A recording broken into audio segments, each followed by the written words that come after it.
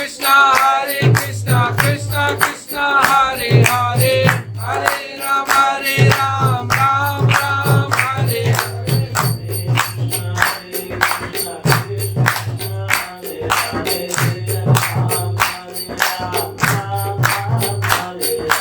Hare Krishna, Krishna Krishna, Hare Hare, Hare Ram, Ram Ram,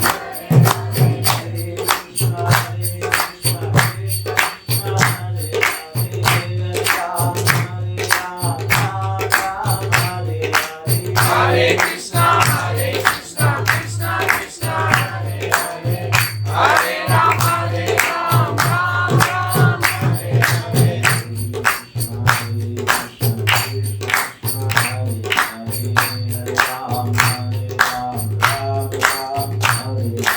Hare Krishna, Krishna Krishna, Hare Hare, Hare Ram, Ram Ram, Hare Hare.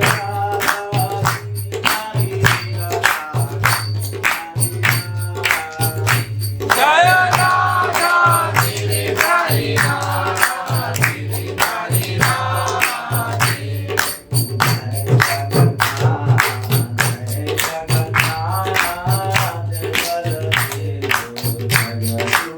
Jai Jagannath, Jai Jagannath, Jai Baladeva, Jai Subhadra.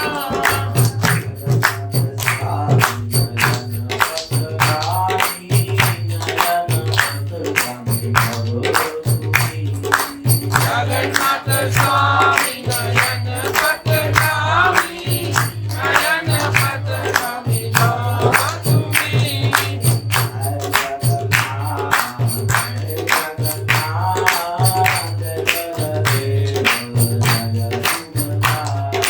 Jai Jagannath, Jai Jagannath, Jai Baladeva, Jai Subhadra.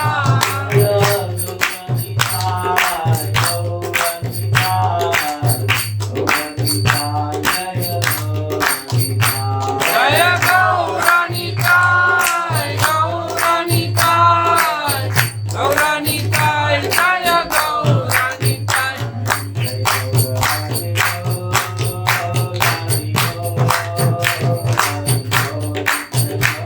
Nitai Gaur Hari Bol, Hari Bol, Hari Bol, Hari Bol.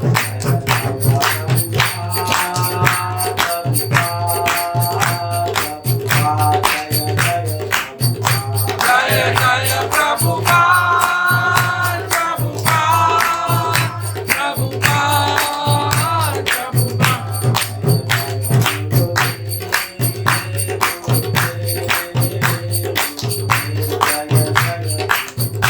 Jaya Jaya Gurudev, Gurudev, Gurudev. Jai. Next of instruction, Budhishamrut, Lok Sankhya 6. Drashte स्वभाव जनिते वपुषश्च दोषे Svamavasite Vapusascha Doshe. Drashte स्वभाव जनिते वपुषश्च दोषे Drashte Svabhava Janitir Vapusascha Doshe. न प्राकृतत्वमिह भक्तजनस्य पश्ये Na Prakritatvam Iha Bhakta Janasya Pashe. न प्राकृतत्वमिह भक्तजनस्य पश्ये Na Prakritatvam Iha Bhakta Janasya Pashe. गंगां वसां न खलु बुद्बुदफेन पंकै Gangam Vasam Nakalu Budbudapena Panke. गंगां वसां न खलु बुद्बुदफेन पंकै गंगाम्बसं न खलु बुद्बुदफेन पंके ब्रह्मद्रवत्वमपगच्छति नीरधर्महि ब्रह्मद्रवत्वम् अपगच्छति नीरधर्महि ब्रह्मद्रवत्वमपगच्छति नीरधर्महि ब्रह्मद्रवत्वम् अपगच्छति नीरधर्महि दृष्टे स्वभावजनिते वपुषश्च दोषे दृष्टे स्वभावजनितेर्वपुषश्च दोषे प्राकृतत्वमिह भक्तजनस्य पश्ये लप्रकृतत्वमिह भक्तजनस्य पश्ये गङ्गाम्बसां न खलु बुद्बुदफेन पङ्के गंगाम्बसं न खलु बुद्बुदफेन पंके ब्रह्मद्रवत्वमपगच्छति नीरधर्महि ब्रह्मद्रवत्वमपगच्छति नीरधर्महि। अनुवाद और तात्पर्य श्रील प्रभुपाद जी के द्वारा। श्रील प्रभुपाद की जय। अपनी मूल कृष्ण भावना भावित स्थिति में रहते हुए शुद्ध भक्त अपने आप को शरीर नहीं मानता है। ऐसे भक्त को भौतिकवादी दृष्टिकोण से नहीं देखा जाना चाहिए। निसंदेह भक्त में निम्न कुल में उत्पन्न होने, उसके कुरूप चेहरे, विकृत शरीर या रोगी अथवा अशक्त शरीर की परवाह नहीं करनी चाहिए। साधारण दृष्टि से ऐसे दोष शुद्ध भक्त के शरीर में प्रकट दिख सकते हैं, लेकिन इन सब दिखने वाले दोषों के बावजूद शुद्ध भक्त का शरीर कभी दूषित नहीं हो सकता। यह ठीक गंगाजल के समान है, जो कभी कभी वर्षा ऋतु में बुदबुदे, फेन तथा कीचड़ से पूरित हो जाता है, किंतु कभी दूषित नहीं होता। अतएव जो लोग आध्यात्मिक ज्ञान में उन्नत है, वे जल की अवस्था का विचार किए बिना गंगा में स्नान करेंगे। ओम ज्ञानाञ्जनस्य ज्ञानाञ्जनशलाकया चक्षुरुन्मिलितं येन तस्मै श्रीगुरुवे नमः। श्रीचैतन्यमनोभीष्टं स्थापितं येन भूतले स्वयं रूप कदा मह्यं ददाति स्वपदान्तिकम्। वन्देऽहं श्रीगुरुं श्रीयुतापदकमलं श्रीगुरुं वैष्णवांश श्रीरूपं साग्रजातं सर्वगणरघुनाथामृतं तं सजीवं साद्वैतं सावधूतं परिजनसहितं कृष्णचैतन्यदेवं श्रीराधा कृष्णपादान् सहगणा ललिता श्रीविशाखान्वितं हे कृष्ण करुणा सिन्धु दीनबन्धु जगत्पते गोपेश गोपिकान्त राधाकान्त नमोस्तुते। तप्त काञ्चन गौराङ्गी श्रीराधे वृन्दावनेश्वरी वृषभानुसुते देवी प्रणमामि हरिप्रिये। वाञ्छाकल्पतरुभ्यश्च कृपा सिन्धुभ्येव च पतितानां पावनेभ्यो वैष्णवेभ्यो नमो नमः। जय श्री कृष्ण चैतन्य प्रभु नित्यानंद श्री अद्वैत गदाधर श्रीवासादि गौर भक्तवृंद। हरे कृष्णा कृष्णा कृष्णा हरे हरे, हरे राम राम राम हरे हरे। हरे कृष्णा कृष्णा कृष्णा हरे हरे, हरे राम राम हरे हरे। हरे कृष्णा कृष्णा कृष्णा हरे हरे, हरे राम राम हरे हरे। प्रभुपाद की जय। इस प्रकार से आज हमारा 6वें श्लोक का लास्ट सेशन चल रहा है ना, अंतिम सेशन है।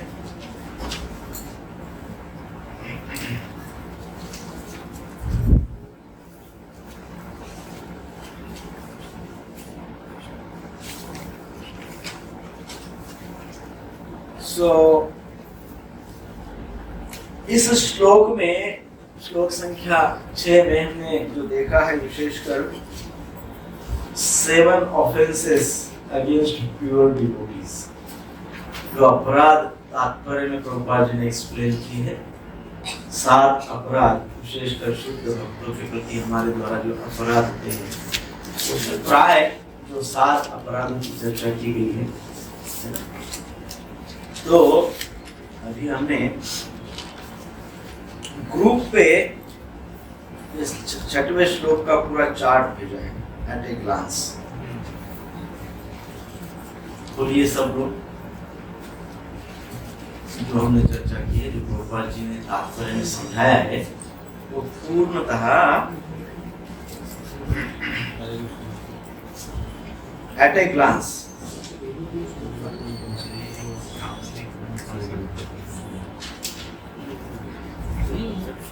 ये इंग्लिश में है, आप अपने पेपर में हिंदी में उसका लिख सकते हैं। नेक्टर ऑफ इंस्ट्रक्शन, श्लोक संख्या 6, एट ए ग्लांस। अभी भेजा अभी आया ना? हाँ, ये चार्ट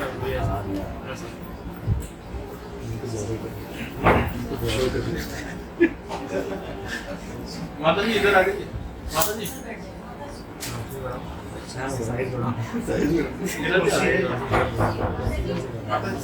यहाँ पे थोड़ी सो आप समझ रहे हैं, 7 offenses against pure devotee। शुद्ध भक्त के प्रति जो 7 अपराध हम करते हैं, वो कौन से हैं? देखिए, 7 अपराध पहले ही है। Number 1, criticism of bodily defect, है ना? प्रभुपाद जी ने तात्पर्य में इसको बहुत अच्छे से समझाया है। क्रिटिसिज्म ऑफ बॉडीली डिफेक्ट्स, कभी कोई दिखने में कैसा है, भक्त के दिखने पे हम कमेंट करते हैं, रूपता पे कमेंट करते हैं, कलर पे कमेंट करते हैं, है ना? या किसी प्रकार की डिफॉर्मिटी है उसके ऊपर कमेंट करते हैं। तो ये किसी भी प्रकार की कमेंट्स ऐसे फिजिकल कमेंट न करें, या किसी फिजिकल गेस्चर्स, हाव भाव होते हैं किसी भक्त के, कभी कोई विशेष तकिया कलाम होता है किसी का शारीरिक है ना? एक व्यक्ति की आदत होती है, कोई व्यक्ति आंख मिचकता है बार बार, कोई व्यक्ति है ना, ऐसे कुछ रहता है, आदत सी होती है, तो हम उसके ऊपर कमेंट्स करते हैं, है ना? तो ऐसे किसी भी प्रकार के फिजिकल जो दिखता है हमको, उस पे हमने कमेंट नहीं करना चाहिए। Criticism of bodily defect is not accepted, it is an offence. शुद्ध भक्तों के प्रति वो एक अपराध है। सो भक्त, जो व्यक्ति भक्ति करते हैं, जिनका भगवान के नाम में, भगवान में श्रद्धा है, ऐसे व्यक्ति के कुछ फिजिकल या एक्सटर्नल डिफेक्ट भी होंगे, तो भी उसको ध्यान नहीं देना चाहिए। भगवान क्या कहते हैं? भगवान 9.30 में क्या कहते हैं?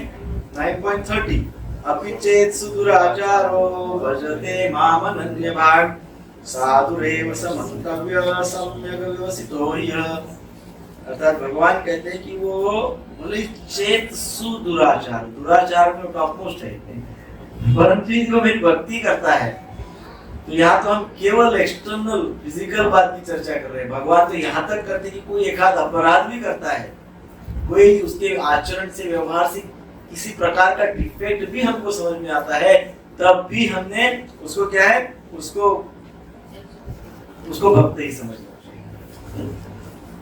सो बॉडीली डिफेक्ट्स जो हमने तात्पर्य में चर्चा की है, प्रभुपाद जी ने इस पे विशेषकर बात बताई है।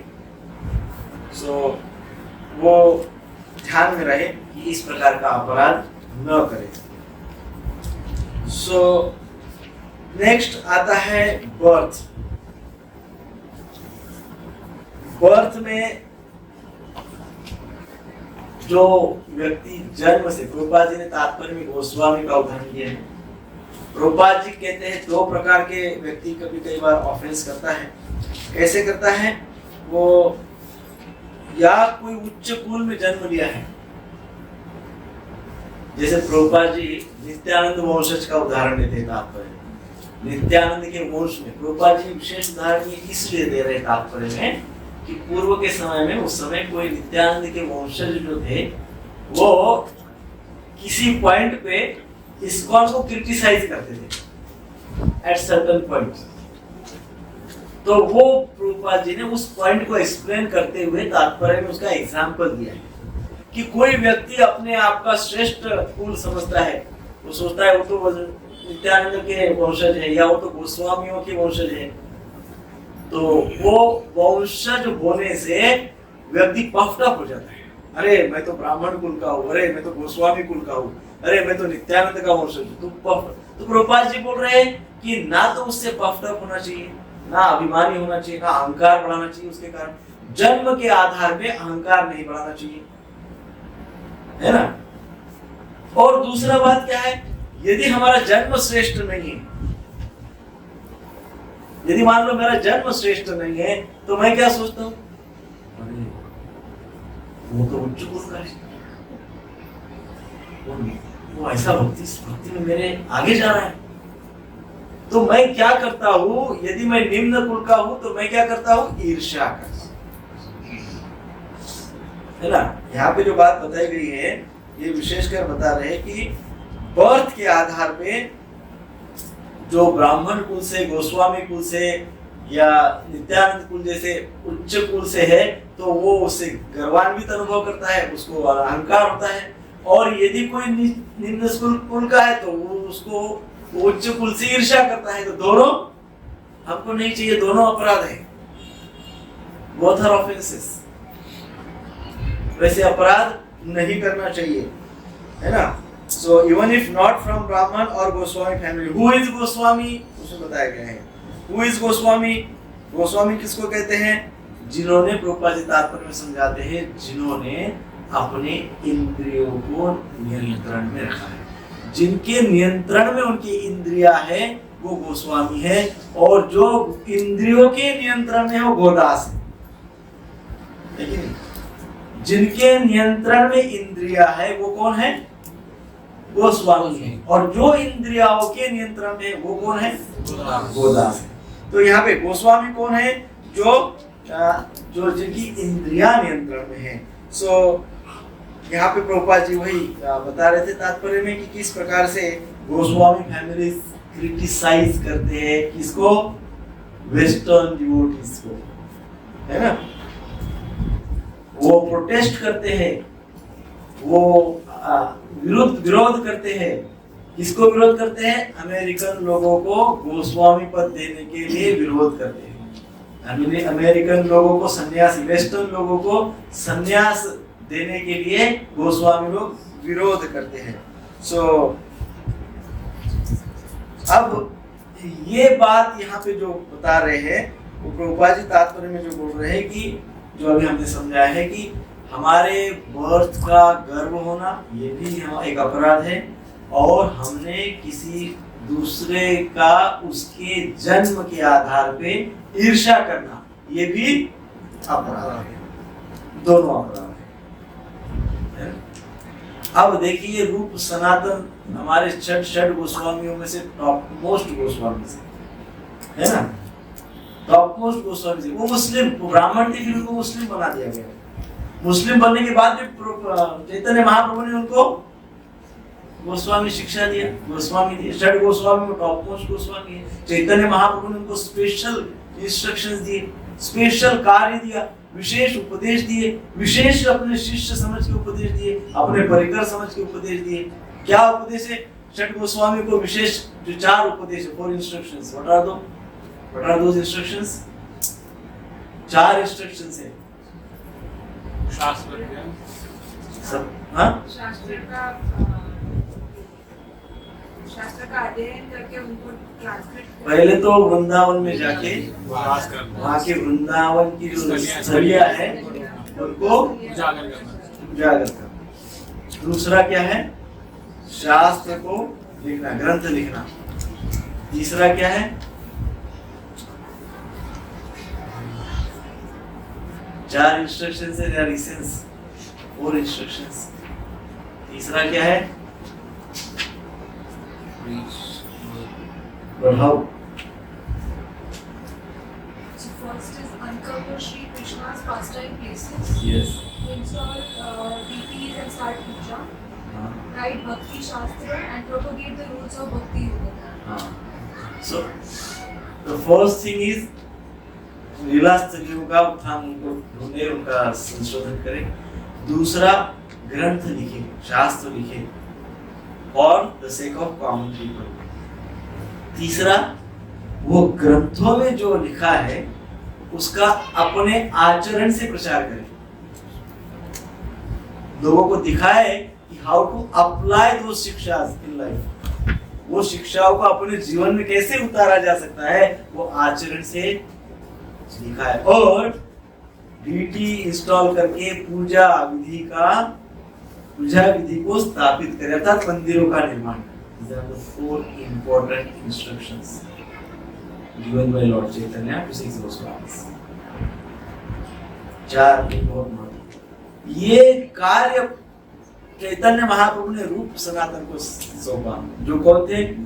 वैसे तो उन्होंने डबीर खास, सुकर मलिक और डबीर खास ऐसे कुछ नाम था उनका, मुस्लिम नाम, तो उनको सेवाएं दी। तो प्रभुपाद जी ये कहना चाहते हैं कि जन्म के आधार पे किसी भी प्रकार का गर्व करना या किसी भी प्रकार की ईर्ष्या करना, ये एक प्रकार का अपराध माना गया है, बहुत बड़ा अपराध है।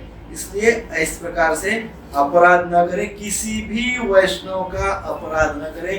उच्च भक्त का, शुद्ध भक्त का, श्रेष्ठ वैष्णव का, कनिष्ठ वैष्णव का, मध्यम वैष्णव का, किसी भी वैष्णव का अपराध न करें। अभी तक हमने बहुत सारे उदाहरण देखे ये श्लोक में। आज हम रूप गोस्वामी का एक छोटा उदाहरण हमने वृंदावन में ये सुना था। ये उदाहरण रूप गोस्वामी पाद एक बार टेर कदम गए थे ना, टेर कदम में एक पेड़ के नीचे शांति से जप कर रहे थे, बहुत ध्यान से शुद्ध अवस्था में, शुद्ध भाव में जप कर रहे थे। और जब शुद्ध भक्त जप करते हैं तो क्या होता है? लीला। उनका जो नाम जप है, वो नाम क्या करता है? रूप को प्रकट करता है, भगवान के गुणों को प्रकट करता है और भगवान की लीलाओं को प्रकट करता है। नाम उच्चारण से, शुद्ध नाम उच्चारण से रूप, गुण और लीला तीनों प्रकट हो जाते हैं। क्या होता है? किससे? शुद्ध नाम जप से। तो रूप गोस्वामी पास जप कर रहे करते ध्यान चले गए और सुंदर ध्यान कर रहे। वो ध्यान में उनको उनके साक्षात राधा कृष्ण आ गए। वो ध्यान में साक्षात राधा कृष्ण का वो दर्शन कर रहे और बड़े प्रफुल्लित हो रहे दर्शन करके, ध्यान चल रहा है। और वो ध्यान इतना सुंदर लग गया उनको, इतने सुंदर रूप का दर्शन हो रहा था कि उनको वो हंस रहे थे। और राधा कृष्ण की लीला करते हुए उनको देखकर उनको हंसी आ रही थी, वो हंस रहे थे। हंसते हंसते उसी दौरान, उसी समय, उसी पेड़ के बाजू से एक वैष्णव जा रहे थे, एक वरिष्ठ वैष्णव थे और उनके शरीर को व्यंग था, डिफॉर्मिटी। वो वहां से जा रहे थे, उन्होंने देखा ये हंस रहे।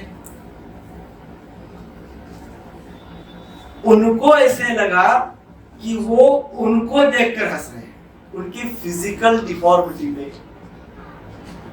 रूप गोस्वामी पाद हंस रहे हैं। देखो, पर वो भी वैष्णव थे। उन्होंने सोचा ठीक है, हम क्या कर सकते, भगवान जाने, वो जाने। वो चले गए वहां से, परंतु उनको वो बात ऑफेंसिव लग गई। वो वैष्णव को, वो भक्त को, वो रूप गोस्वामी का हास्य एक उनका अपराध लगा। चले तो गए वहां से। थोड़ी ही देर में क्या हुआ, जो रूप गोस्वामी पाद को लीला में जो आस्वादन हो रहा था, जो आनंद आ रहा था, जो हास्य हो रहा था, वो अचानक से ध्यान भंग हो गया। ध्यान भंग हो गया और वो देख रहे हैं ऐसा क्यों हुआ। बहुत प्रयास कर रहे फिर से ध्यान में जाने के लिए, बहुत प्रयास कर रहे, फिर से राधा कृष्ण का दर्शन पाने के लिए प्रयास कर रहे, और दर्शन ही नहीं हो रहा, दर्शन ही नहीं हो रहा। ध्यान भंग हो गया तो फिर से ध्यान ही नहीं लग रहा है, क्या किया जाए? तो थोड़े खिन्न मन से ऐसे वक्त क्या करना चाहिए? यस, वो अपने काउंसलर के पास कौन है उनके काउंसलर? सनातन गोस्वामी। जैसे सनातन गोस्वामी के पास गए, बैठे, सनातन गोस्वामी ने पूछा क्या बात है, आज जरा नर्वस लग रहे हो? उन्होंने कुछ बोलने के पहले इन्होंने ही बोल दिया, सनातन गोस्वामी ने, मुझे लगता है आज किसी वैष्णव का ऑफेंस आपने कर दिया। सनातन गोस्वामी पहले ही बोले, रूप गोस्वामी बात बोलने के पहले ही सनातन गोस्वामी बोलते हैं कि ऐसे लग रहा है किसी वैष्णव का कुछ अपराध हो गया है, कुछ वैष्णव अपराध हो गया है। रूप गोस्वामी बात कहे नहीं, मुझे तो किसी वैष्णव का आज दर्शन ही नहीं हुआ, आज किसी का दर्शन ही नहीं हुआ। नहीं, फिर भी हो सकता है, न जानते हुए अपराध हो सकता है, न जानते हुए वैष्णव अपराध हो सकता है। पर अब न जानती हुआ तो फिर अब क्या करेंगे, उपाय क्या है? उसका जो अपराध है, वो अपराध का जो यदि हमको मार्जन करना है तो क्या करना होगा हमको? जिसका अपराध किया उनको जाके क्षमा मांगनी होगी। अब किसका किया यही पता नहीं। तो सनातन गोस्वामी के कोई बात नहीं, हम ऐसा करते हैं, आने वाले रविवार को संडे फीस्ट प्रोग्राम करते हैं, सारे वैष्णवों को, अपने इस गांव में जितने वैष्णव हैं सारे वैष्णवों को भोजन के लिए आमंत्रित करते हैं। सारे वैष्णव आ जाएंगे, परंतु जिस वैष्णव के प्रति अपराध हुआ होगा वो वैष्णव नहीं आएंगे, वो भक्त नहीं आएंगे। फिर हमको पता चल जाएगा ये नहीं आए, इसका अर्थ इनके मन में कुछ हमारे से कुछ अपराध इनके प्रति हुआ, इसलिए इनके मन में किसी प्रकार का कोई भाव है। इसलिए बड़ा आयोजन किया गया। अब उस समय तो सरलता एक प्रमुख बात होती थी, सरल भोजन जो है, सादा सिंपल सादा भोजन, उसका आयोजन किया गया, सब वैष्णव आए। अब ये जिनका प्रति अपराध हो गया था वो नहीं आए। तो शाम को पता चला, तुरंत शाम को ही रूप और सनातन दोनों वैष्णव के कुटीर पे, भक्त के कुटीर पे गए और उनको बहुत क्षमा याचना। वो वैष्णव बोले अरे सब समझने के बाद नहीं नहीं नहीं ऐसा कुछ नहीं हुआ है।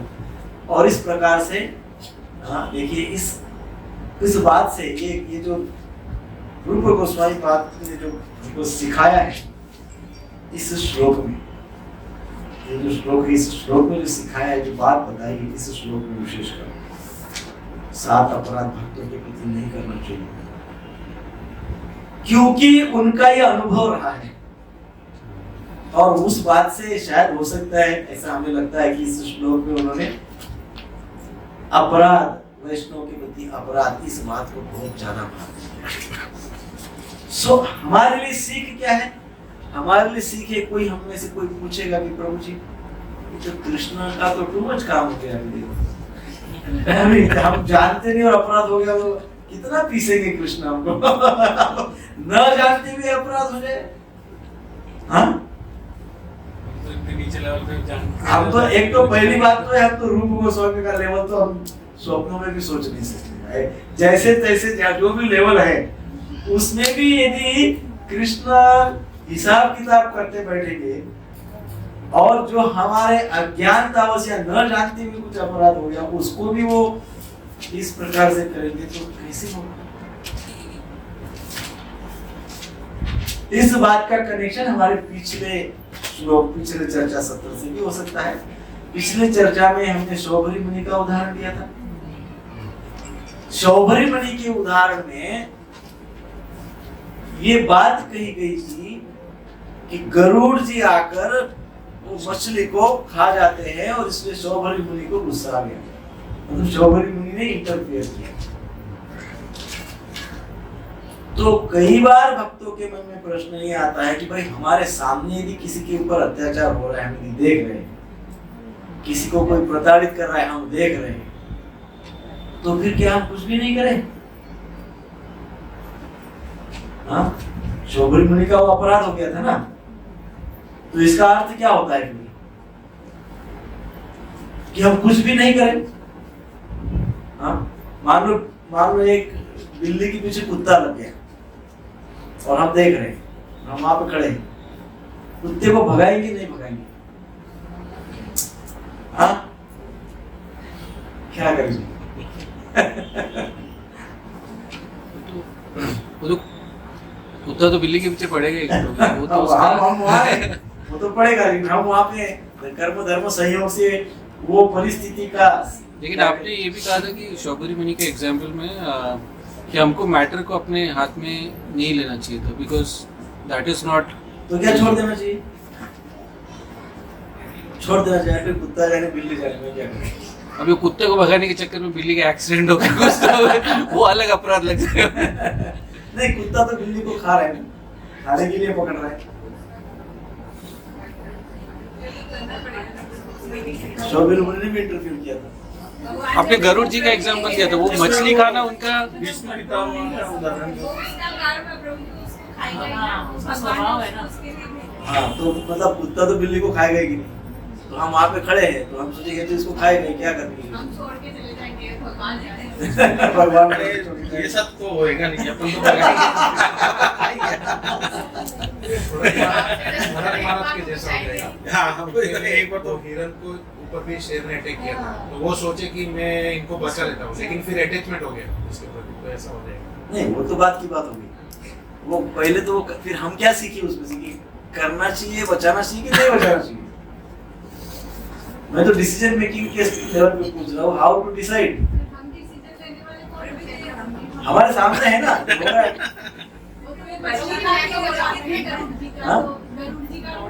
अच्छा, दूसरा और एक उदाहरण है, बहुत भयंकर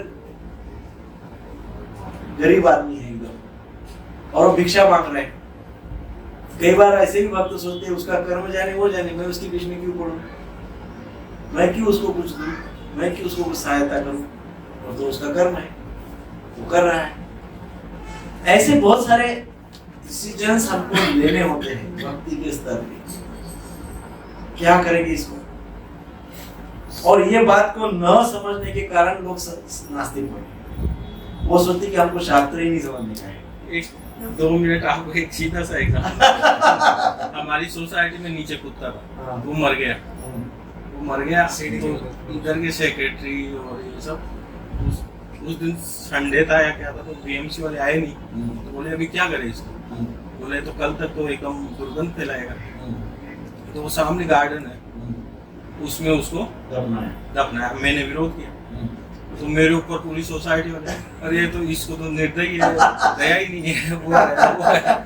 मुझको ये गार्डन में तुम्हारे पिताजी को भी गार्ड दो, मरता है यूट्यूब पे जाएगा। वो बोले नहीं, बहुत प्यारा था, कुत्ता था, इतने साल पिताजी से भी लगाव होता है। तो ऐसे लोग बोलने लग जाते हैं। बोले आपको तो कुछ प्रेम भाव है ही नहीं किसी से, ऐसा है, अटैचमेंट ही नहीं, अटैचमेंट ही नहीं।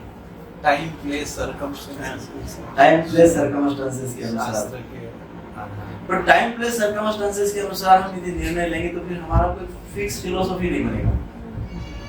शास्त्र हमारा कोई फिक्स फिलोसॉफी नहीं है, हम किसी कोई धारणा पे फिक्स नहीं है, कोई तत्व पे फिक्स नहीं है, परिस्थिति के अनुसार बदल जाएंगे, ये भी ठीक नहीं है। जीव दया के हिसाब से जीव दया प्रेफरेंस है, जीव के प्रति दया दिखाना चाहिए, है ना? तो फिश के प्रति दया दिखाएगी, गरुड़ के प्रति दया दिखाएगी। गरुड़ भी भूखा मर जाएगा, खाने को नहीं मिलेगा उसको। मुझे उनकी अवस्था बच्चे थी, वो मुनि थे, शास्त्र में पारंगत थे, हमारे इतने लेवल तो मैं कुत्ता बिल्ली का ही बात कर रहा हूँ। कुत्ता अब बिल्ली को बचाए, कुत्ते को भूखा रखना ठीक है क्या? वो बेचारा भूख से मर जाएगा क्या? बिस्किट रोटी दे दे। बिल्ली के बच्चे मरते हैं हाँ? इसमें वेजिटेरियन नॉन-वेजिटेरियन का कोई ट्यूशन ही नहीं है ना। क्या बोल रहे वेज खा रहा है तो कुत्ते को रोटी खिला दें ताकि बिल्ली भी बच जाए। रोटी से भूख नहीं होती है। आप जितना रोटी खिलाएंगे 10-20 रोटी खिलाने रोटी खिलाएंगे मतलब एक रोटी खिलाते हैं कुत्ते को। तो शायद उसका डाइवर्जन हो जाए उस थोड़ा टाइम के लिए। बिल्ली तो बच ये जाए। आपके आंसर ये देते ट्रिक हैं। है। आप ट्रिक कर रहे हैं, ट्रिक नहीं चाहिए। जो आपका एटीट्यूड चाहिए, ट्रिक नहीं चाहिए। ट्रिक तो अगर वो टाइम पे जो डिसीजन लेना आवश्यक है, अगर कुत्ता बिल्ली के पीछे भाग रहा है तो बिल्ली को बचाना आवश्यक है, तो वो करना चाहिए, लेकिन फिर उसमें एंटेंगल नहीं होना चाहिए। स्ट्रॉबेरी मुनि कहाँ एंटेंगल होने जाने वो तो आप पता ही नहीं। देखो हमको थोड़ी ना पता होता है कि हम एंटेंगल होने वाले हैं कि एंटेंगल होने वाले नहीं है।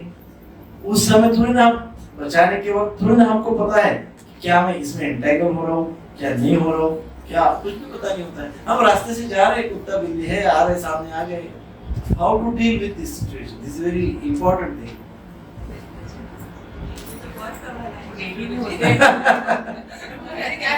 मुझे ऐसा लगता है कई बार तो इस पे भक्त लोग सोचते ही नहीं, इसमें क्या सोचने का है।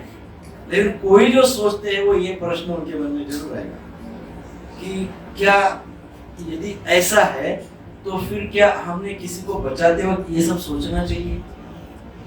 किसी को बचाते वक्त क्या हमने ये सब सोचना चाहिए? क्या बचाना किसी को प्रोटेक्ट करने का अर्थ अनर्थ है, अपराध है या पाप है, क्या है? तो मुझे हम कितना भी आंसर्स दे देंगे लेकिन जीव दया तो जैसे पवन प्रभु ने कहा जीव दया तो रहती है सब।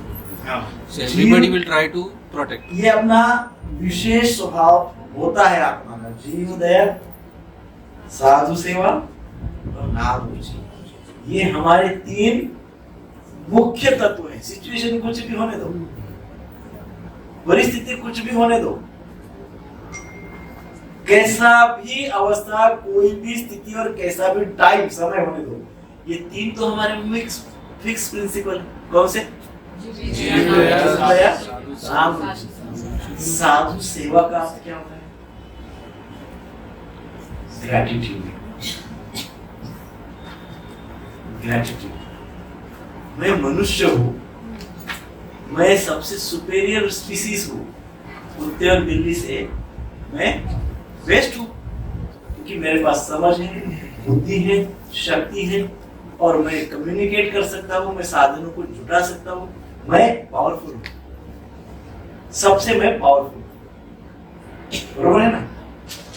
तो जब मैं किसी को भी बचाता हूँ तब मेरा भाव यदि ग्रैटिट्यूड का है, फुल ऑफ ग्रैटिट्यूड की है, भगवान आपने मुझे इस परिस्थिति में डाल दिया, या मेरे कर्म धर्म से मैं इस परिस्थिति में आ गया, भगवान आप गए,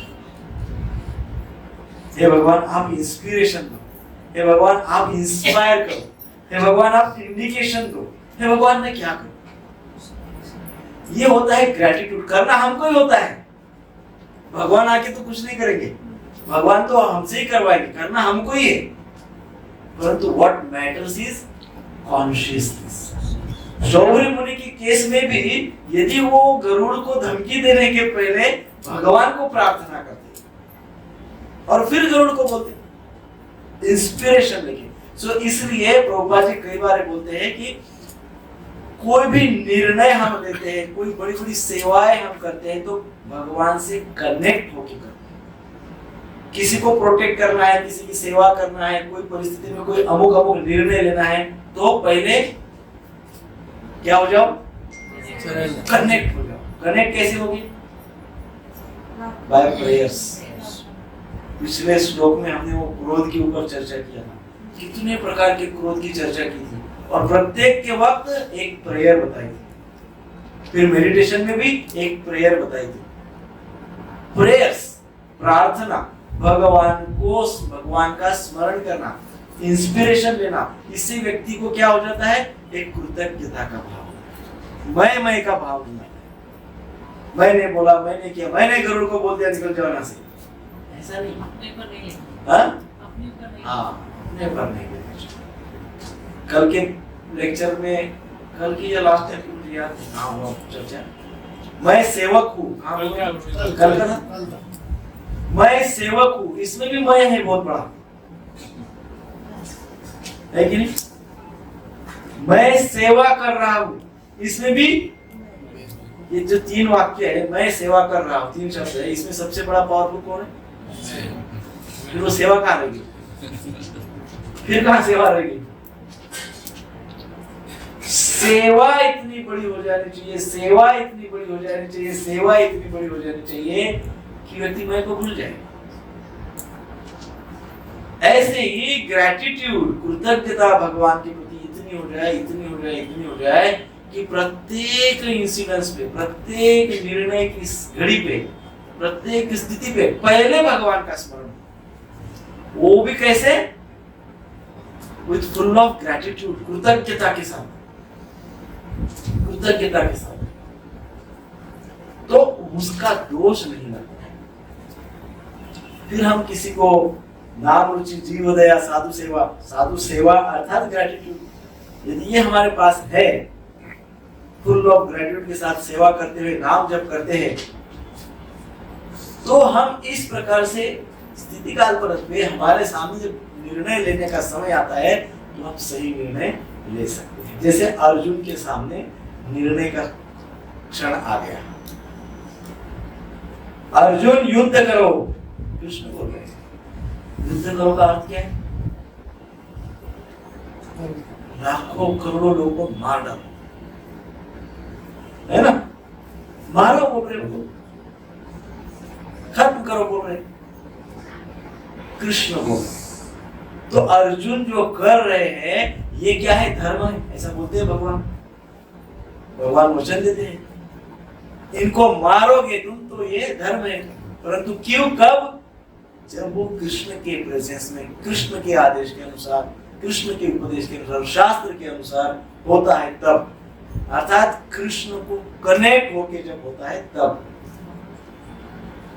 और भगवान को कनेक्ट होने का सबसे पावरफुल तरीका जो है नाम रुचि विथ ग्रेटिट्यूड, और मतलब विथ सेवा, नाम रुचि विथ फुल ऑफ ग्रेटिट्यूड। ये इससे हम कृष्ण से कनेक्ट हो जाते हैं, और जब कृष्ण से कनेक्टेड रहेंगे तब इस प्रकार से न जानते हुए भी कोई अपराध हो जाएंगे ना, तो उस अपराधों से मुक्ति के मार्ग भी मिल जाएंगे।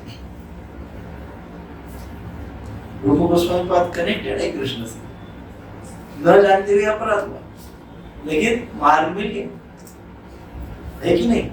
अपराध से मुक्त होने का मार्ग मिल जाता है यदि कनेक्टेड है, यदि हमारे पास कृतज्ञता है, हम सोबर है ना, हमारे अंदर थोड़ी बहुत सोबरनेस चाहिए, थोड़ा माइल्ड नेचर चाहिए, मृदु सौम्य स्निग्ध, सजातीय स्निग्ध। स्निग्ध शब्द बहुत महत्वपूर्ण है। स्निग्ध अर्थात हृदय कैसा होना चाहिए? स्निग्ध, सॉफ्ट हार्टेड होना चाहिए व्यक्ति, किसी के भी प्रति दया भाव होना चाहिए, दूसरे के माइंड के कंडीशंस को समझने का भाव चाहिए। किसी ने रिएक्ट किया तो हम वहां रिएक्ट करते हैं, तो वो ठीक नहीं है। दूसरे के मेंटल कंडीशंस को पहले समझना चाहिए कि अमुक व्यक्ति ऐसा क्यों कर रहा है, और फिर चर्चा करनी चाहिए, फिर मार्ग निकालनी चाहिए, है ना? तो ये महत्वपूर्ण बात यहाँ पे मैं यही बोलना चाहता था कि ग्रेटिट्यूड होना चाहिए, नाम रुचि होनी चाहिए, निर्णय लेते हो तो निर्णय लेने भी होते हैं, बट कैसे होने चाहिए निर्णय? With full of gratitude. तो कई बार मैं तो डिवोटी हूँ, हो गया है वैसे ही, फिर छाती फूल जाती है, मैं तो डिवोटी हूँ, दूसरों से 4 कदम तो हवा में ही रहते हैं फिर, क्योंकि वी आर प्योर। ऐसा हो जाता है, so it is very dangerous. So मैं का भाव ही नहीं होना चाहिए, वो भूल जाती, सेवा का भाव होना चाहिए। So this is very very important. प्रभु जी, इसमें जो आपने बोला कि उस निर्णय के समय में आपको ग्रेटिट्यूड को फीलिंग आना चाहिए, लेकिन जिस तरह का आपने एग्जांपल दिया, कई निर्णय के टाइम पे आपके पास इतना समय ही नहीं है, वो स्पॉन्टेनियस है, वो जो कुत्ता बिल्ली का आपने एग्जांपल दिया, इतना अगर हम ग्रेटिट्यूड देंगे तब तक तो हो जाएगा नहीं, तो कैसे इसको समझें? क्योंकि ये जब प्रवृत्ति बन जाती है ना प्रभु जी, it's just like a spark. जब ग्रेटिट्यूड की प्रवृत्ति बन जाती है ना, तो आँख पल के झपकने के लिए कितना टाइम लगता है, कितना उतने में ग्रेटिट्यूड एक्सप्रेस हो जाता है। When it becomes your nature, gratitude ये जब हमारा स्वभाव बन जाता है, कृतज्ञता जब हमारा स्वभाव बन जाता है, तो हमको रिकॉल नहीं करनी पड़ती कृतज्ञता। अरे क्या ग्रेटिट्यूड, हाँ ग्रेटिट्यूड नहीं, हम वो हमारा स्वभाव बन जाता है नेचुरली, प्रॉम्प्टली, एकदम कृष्ण का स्मरण है। कुत्ता और बिल्ली को देखा कि मैं इंटरफेयर करने के पहले एक फ्लैश, बिजली की जैसी बिजली चमकती है कृष्ण की, कृष्ण नाम की, कृष्ण रूप की, कृष्ण गुण की, कृष्ण लीला की, कुछ तो एकदम ऐसा हो जाता है और मेरे अंदर वो ग्रेटिट्यूड का भाव है। प्रभु कब होता है? प्रैक्टिस से। इसलिए गोपाल जी दो बात बोलते हैं, क्या? Always remember Krishna and never forget Krishna. पहले क्या है? Always remember, always remember, always remember. ये प्रैक्टिस प्रैक्टिस प्रैक्टिस हो जाएगी तो फिर दूसरा जो नेवर फॉरगेट वाला वो आएगा ही नहीं, है ना। हम लोग कभी मतलब भगवान को भूल ही नहीं पाएंगे, भगवान को नित्य स्मरण करेंगे। सो ये प्रैक्टिस की बात है, ऐसा नहीं है स्वभाव, अर्थात ऐसा नहीं कि मैं घर में या मंदिर में या भक्तों के संग में मैं बहुत अच्छा डिवोटी हूँ, लोग मुझे बहुत अच्छा बोलते हैं, I am very sober, very gentle, very full of gratitude and humility, and I chant, and I'm very nice person. Where? In temple, मंदिर में बहुत अच्छा बोलता हूँ। जैसे ही मंदिर का कंपाउंड वॉल को क्रॉस करता हूँ, बस स्टॉप पे आता हूँ या लोकल स्टेशन पे आता हूँ या ऑफिस में जाता हूँ, वो सारा का सारा भूल जाता हूँ। I am very much different person in the office या in the society। एकदम अलग व्यक्ति हूं मैं। फिर समाज में जब जाता हूँ या ऑफिस में जब जाता हूँ, बिजनेस काम में जाता हूँ, तो मैं एकदम अलग हो जाता हूँ। What does it mean? Duplicity. It means वो स्वभाव नहीं बना है। It means वो स्वभाव नहीं बना है, वो एडजस्टमेंट है, वो फियर है। आउट ऑफ फियर हम भक्ति कर रहे हैं, आउट ऑफ लव हम भक्ति नहीं करते। आउट ऑफ लव जब भक्ति होगी तो एवरीवेयर, सब जगह पे, सब जगह पे। ये षट गोस्वामी को चैतन्य महाप्रभु ने जो इंस्ट्रक्शन दी है, कितनी पावरफुल इंस्ट्रक्शन है। जो शास्त्र लिखो उसका प्रचार प्रसार करो, कैसे? आचरण से। आचरण से, क्योंकि आचरण से बहुत पावरफुल प्रचार होता है, बहुत इफेक्टिव प्रचार होता है आचरण से। बोलने से इतना पावरफुल प्रचार नहीं होता है, होता है ठीक है, आचरण से बहुत ज्यादा अच्छा प्रचार। कहने का अर्थ ये था कि अपराध हमारा जो विषय है कि अपराध तभी नहीं होगा जब हमारे अंदर नाम रुचि, जीव दया और साधु सेवा होगी। तो दया तो हमारे अंदर है, हम सब लोग सोबर लोग हैं, हमारे अंदर दया भाव, किसी को भी हमारे जो हम यहाँ पे बैठे किसी की भी हृदय में किसी को एक्सप्लॉइट करने का भाव तो बिल्कुल नहीं है। तो दया भाव तो हमारे पास तो है ही। और क्या चाहिए? नाम रुचि चाहिए, वो भी है, लेकिन कैसा है?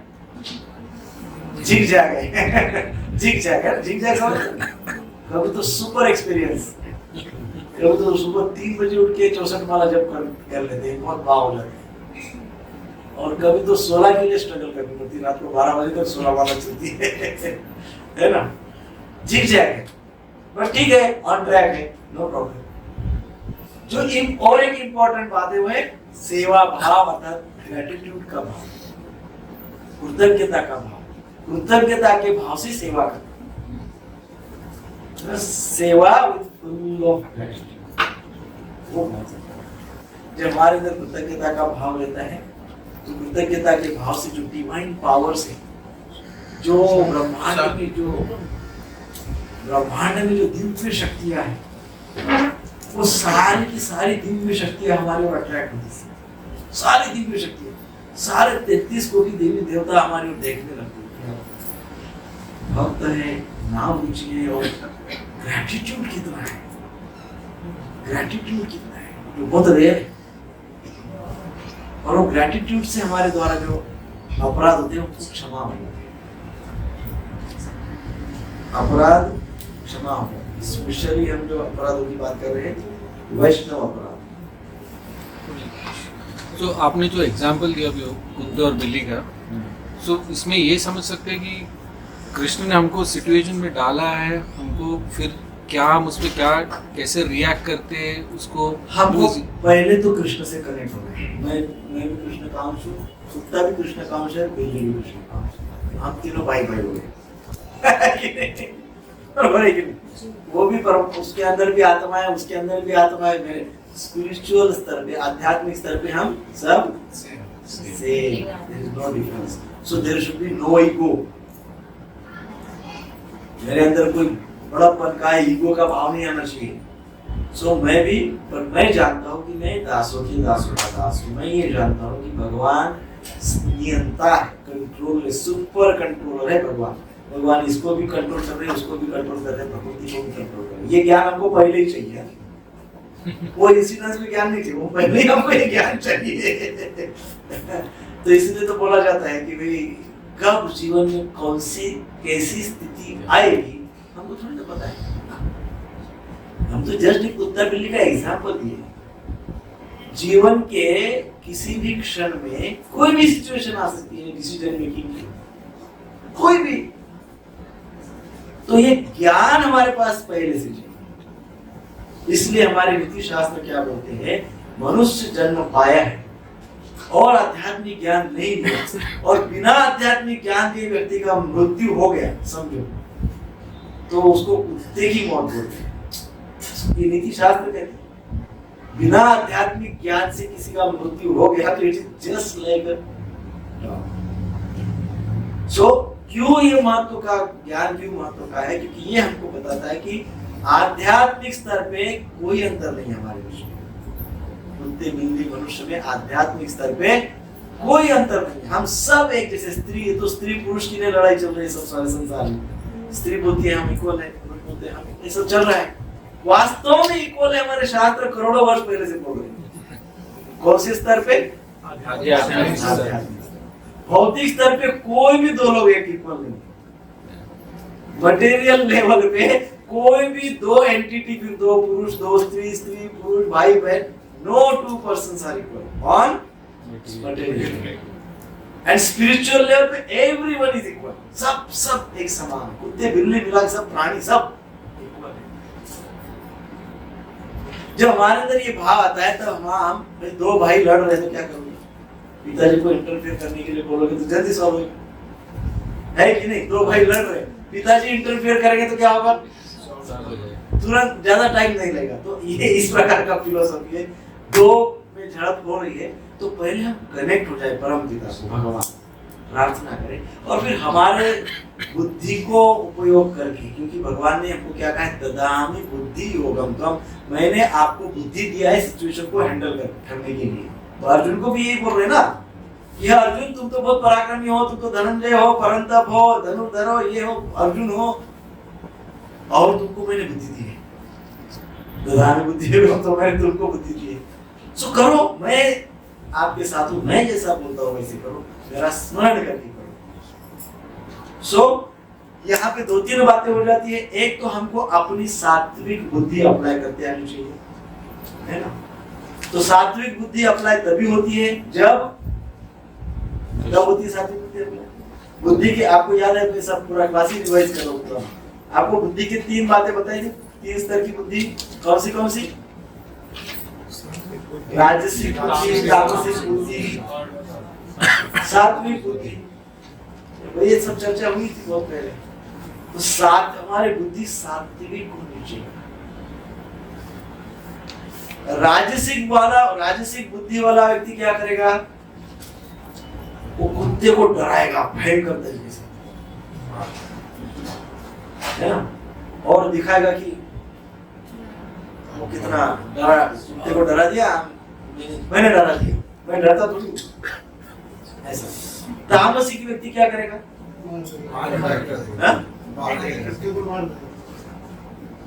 ऐसा इतना बड़ा पत्थर उठाएगा और कुश्ती के सर पे मार देगा। हैं? ये कौन करेगा? तो सात्विक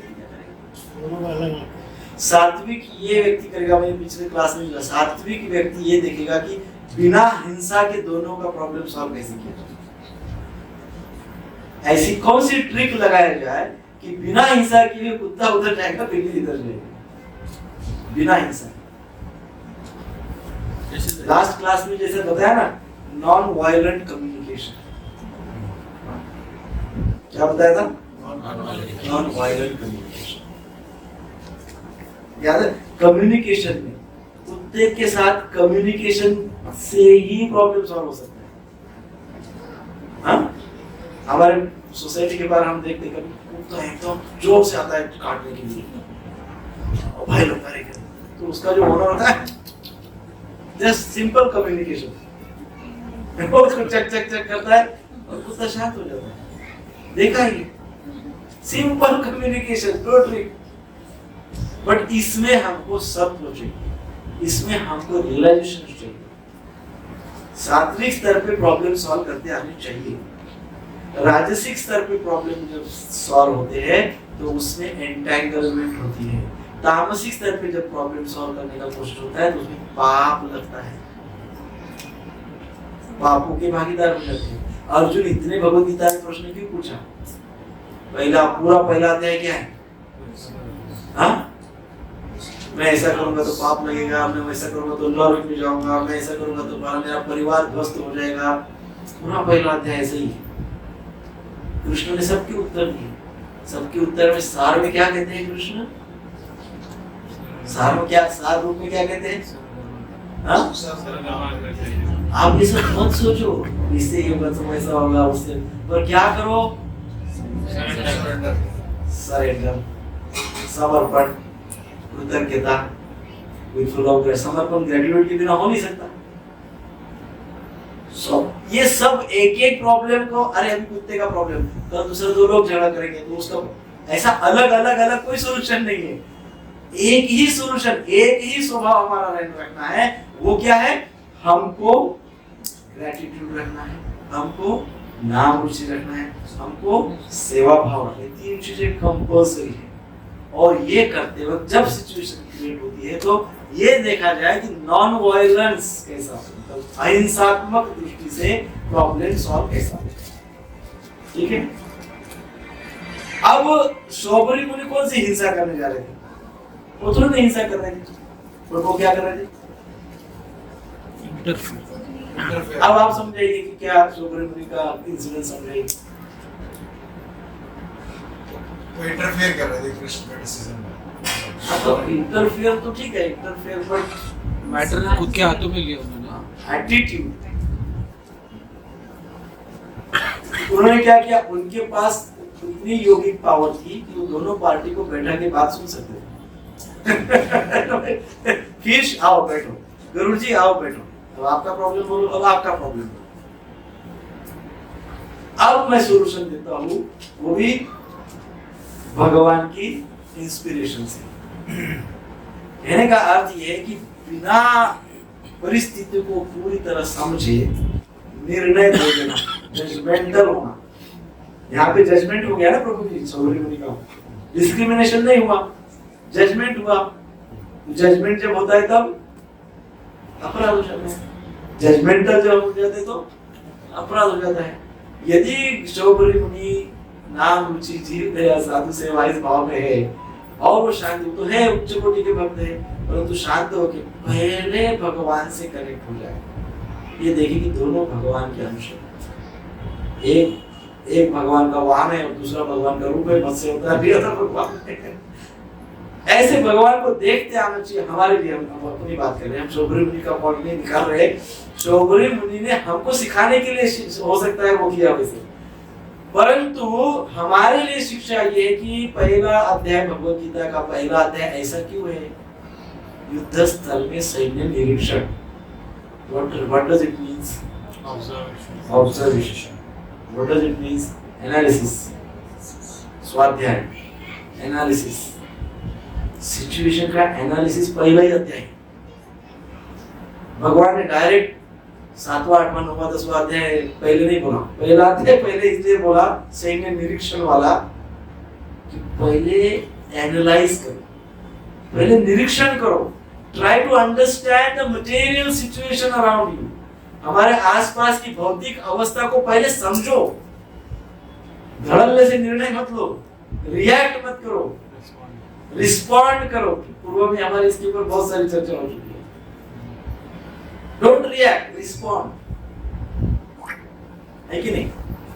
सो ये यहाँ विषय हमारा है अपराध, वैष्णव अपराध। सो रूप गोस्वामी पाद ने इस प्रकार से, उनको पता ही नहीं था ऐसा अपराध हो गया, तो ऐसे कई न जानते वक्त वे हमारे से द्वारा अपराध हो, कई बार जानकर भी अपराध कर लेते हैं। एक चैतन्य महाप्रभु के लीला में एक थे वैष्णव भक्त, आपको पता होगा, रामचंद्रपुरी, पता है आपको? रामचंद्रपुरी भक्त थे और वो माधवेंद्रपुरी के शिष्य थे। चैतन्य महाप्रभु के गुरु कौन? ईश्वरपुरी प्रभु के गुरु कौन? माधवेंद्रपुरी। रामचंद्रपुरी माधवेंद्रपुरी के शिष्य थे, और क्योंकि वो माधवेंद्रपुरी के शिष्य थे तो चैतन्य महाप्रभु का बहुत रिस्पेक्ट है, बहुत रिस्पेक्ट है, बहुत आदर है। रामचंद्रपुरी की विशेषता थी, वो एकदम क्रिटिक थे, जहां जाएंगे वहां वो कुछ ना कुछ तो फॉल्ट निकालेंगे। सुपर फॉल्ट फाइंडर थे। और उनकी स्पेशलिटी ऐसी थी कि वो वैष्णव हो गए, कोई बड़े बड़े हैं वैष्णव ऐसे, उनका ही फॉल्ट, उन्हीं के अंदर का दोष ढूंढ के निकालते। कोई दोष यदि नहीं दिखा तो कुछ ऐसी कलाकारी करते थे कि वो दोष करे और फिर ये देखे। वो पुरी में गए, पुरी में हमने देखा है बहुत लोग अच्छे भक्त है, ये सब सारे सन्यासी हैं, बड़े जगन्नाथ जी के अच्छे भक्त हैं। क्या किया जाए, वैष्णव भक्त है, सब सन्यासी है, अपराध कुछ में दोषी नहीं दिख रहा है, क्या किया जाए? तो उन्होंने क्या किया, उनके घर पे फिस्टिंग रखा, प्रसाद का आयोजन, और पूर्ण प्रसाद मंदिर से लेके आते थे, जगन्नाथ जी का प्रसाद लेके आएंगे और सारे सन्यासियों को, वैष्णव को बुलाएंगे, प्रसाद के लिए आओ, प्रसाद के लिए बैठेंगे सब, सबको आग्रह करके, अरे प्रसाद है, अरे जगन्नाथ जी का प्रसाद है, लो, सब लोग प्रसाद ले लेते। सब प्रसाद लेने के बाद बोलते हैं, देखा ऐसे सन्यासी है, अपने आप को वैरागी बोलते हैं और खूब प्रसाद। और रोज ऐसा करते थे, सारे वैष्णव सन्यासी सोच में पड़ गए, क्या बात हो गई।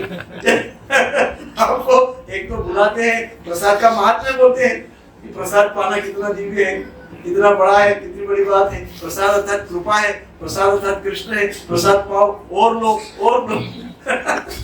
आग्रह करते और बाद में बोलते ये देखो वैरागी, अपने आप को वैरागी बोलते हैं और प्रसाद के साथ कितना अटैचमेंट है इनका, ऐसा बोलते।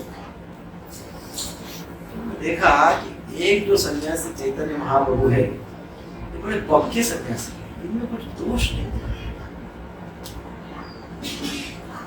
तो चैतन्य महाप्रभु के ऊपर भी उन्होंने ऐसा ही एक सब किया। उनको पता चल गया कि चैतन्य महाप्रभु गंभीरा में जाके लीला में प्रमाण, तो उनके प्रति अपराध करने लगे। क्या एक दो बार महाप्रभु को भी प्रसाद के लिए बुलाया, महाप्रभु इनका बहुत आदर करते थे क्योंकि इनके गुरुदेव के गुरु बंधु, तो रिस्पेक्ट तो हो गई। तो महाप्रभु उनका बहुत आदर करते थे, वो बुलाते तो महाप्रभु बेचारे जाते थे वहां पे उनके पास, वो प्रसाद ऑफर प्रसाद देते थे। और एक दिन वो बोले गंभीरा में ऐसे सन्यासी है, गंभीर में उधर अकेले में चले जाते हैं, उधर अंदर जाके खूब भोग खूब खाते हैं प्रसाद। ऐसे बोलते पंच पकवान में खाओ, भोजन करते हैं। इस प्रकार से रामचंद्र चैतन्य महाप्रभु, अच्छा चैतन्य भक्त जो थे, शिष्य थे, बड़े आवेश में आ जाते थे कभी कभी, ये क्या करे रामचंद्रपुरी का। महाप्रभु को बोलते थे कि इनको पकड़ के लाए क्या, क्या करे, इनको सिखाए क्या, इनके साथ शास्त्रार्थ करे क्या। महाप्रभु बोल नहीं करते, नहीं। परंतु महाप्रभु ने उनके अंदर कभी कोई फॉल्ट नहीं देखा। उलट ये हुआ कि महाप्रभु जो प्रसाद लेते थे, जब रामचंद्रपुरी ने महाप्रभु को ऐसे बोला तो महाप्रभु ने जो प्रसाद वो थोड़ा ही लेते थे, उसमें भी उसके बाद उन्हें आधा लेना शुरू कर दिया, 50% प्रसाद बंद कर दिया, वो भी भक्तों के आग्रह से। लेकिन उन्होंने उनके अंदर फॉल्ट नहीं, उनको कभी महाप्रभु ने बोला नहीं कि आप ये क्या कर। अभी दो सिचुएशन है, वो वैष्णव ने रूप गोस्वामी में फॉल्ट देखा, और यहाँ ये भक्त भगवान है चैतन्य महाप्रभु, इन्होंने जो एक्चुअल फॉल्ट करा था उसमें फॉल्ट नहीं देखा, है ना। ऐसी चीज हमारे जीवन में कई बार ऐसी परिस्थिति आ जाती है, क्या करे, अपराध न करे, बात ठीक है, वैष्णव का फॉल्ट न करे, अपराध दोष न देखे, ये भी ठीक है। परंतु इसी में अभी पिछले शनिवार, उसके पहले शनिवार को हमको बताया गया कनिष्ठ भक्त, मध्यम भक्त, उत्तम भक्त, हम जब अभी की तरह हम देखेंगे तो ये तो फॉल्ट ही हो जाएगा, है कि नहीं। कनिष्ठ भक्त, उत्तम भक्त, मध्यम,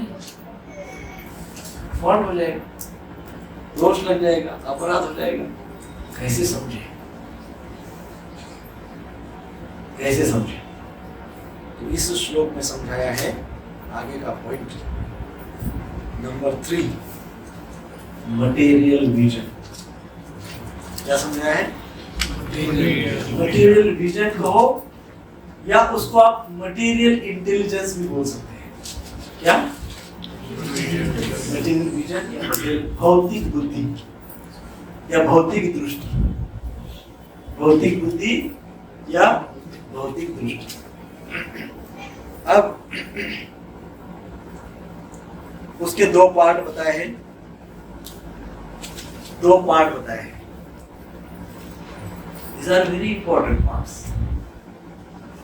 पहला पार्ट है, थर्ड पॉइंट का, तीसरे बॉक्स का पहला पॉइंट है, not observe actions of pure devotees from material perspective. जो हमने तात्पर्य में पूरा प्रोपाजी, भौतिक दृष्टि से शुद्ध भक्तों को न देखें, या दूसरा भौतिक बुद्धि से शुद्ध भक्तों के विषय में एनालिसिस न करें। जैसे ये रामचंद्रपुरी चैतन्य महाप्रभु के विषय में कर रहे थे, भौतिक दृष्टि से क्या समझ गए, बताइए।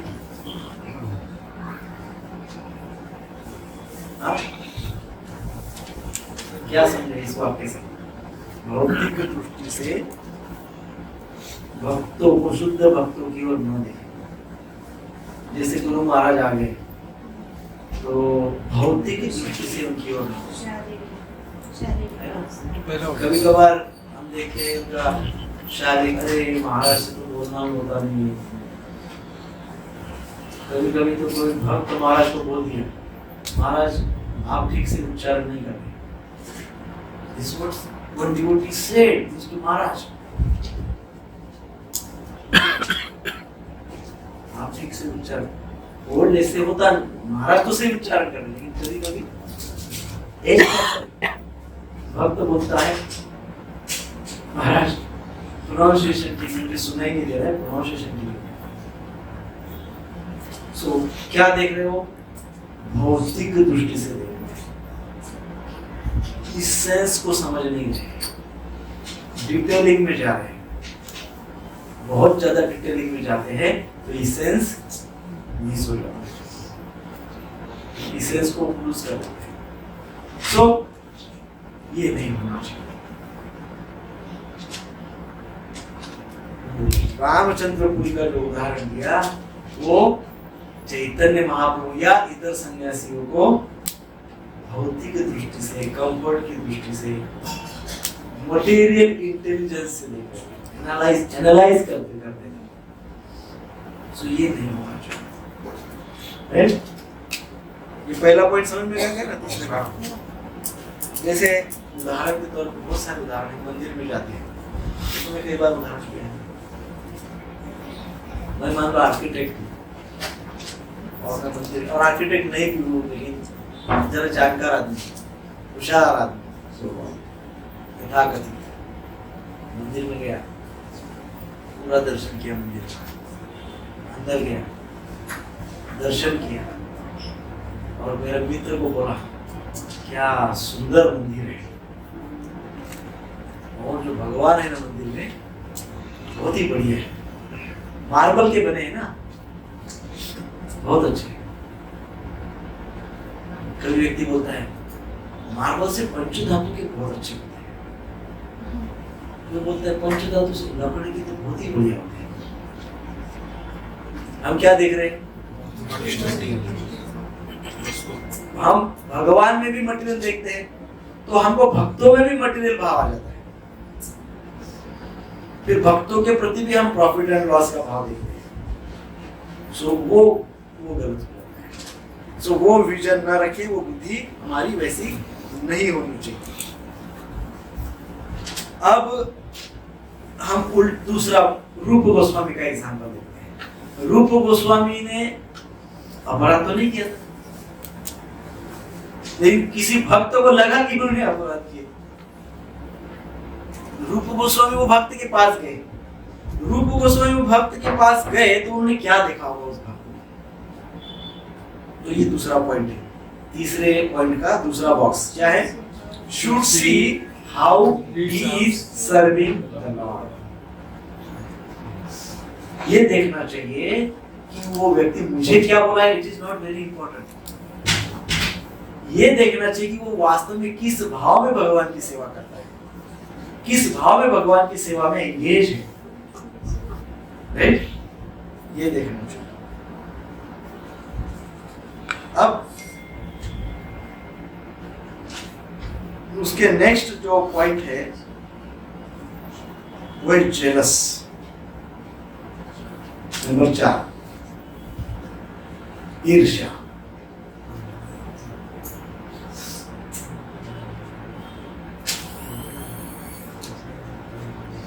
ये बहुत भयंकर बड़ा भूत है एक्चुअली। ईर्ष्या व्यक्ति को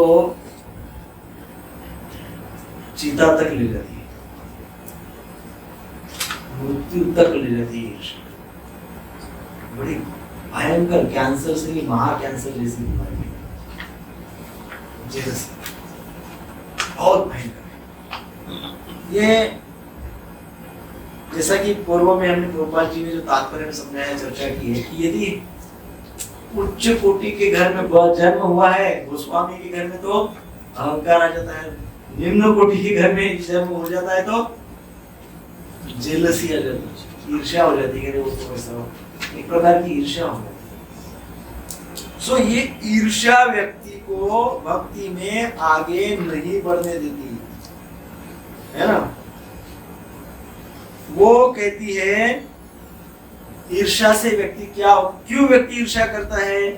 क्योंकि व्यक्ति के पास केवल बाह्य दृष्टिकोण, material thinking, material intelligence, material भाव, मटेरियल दृष्टिकोण, केवल भौतिक भाव रहता है उसके पास।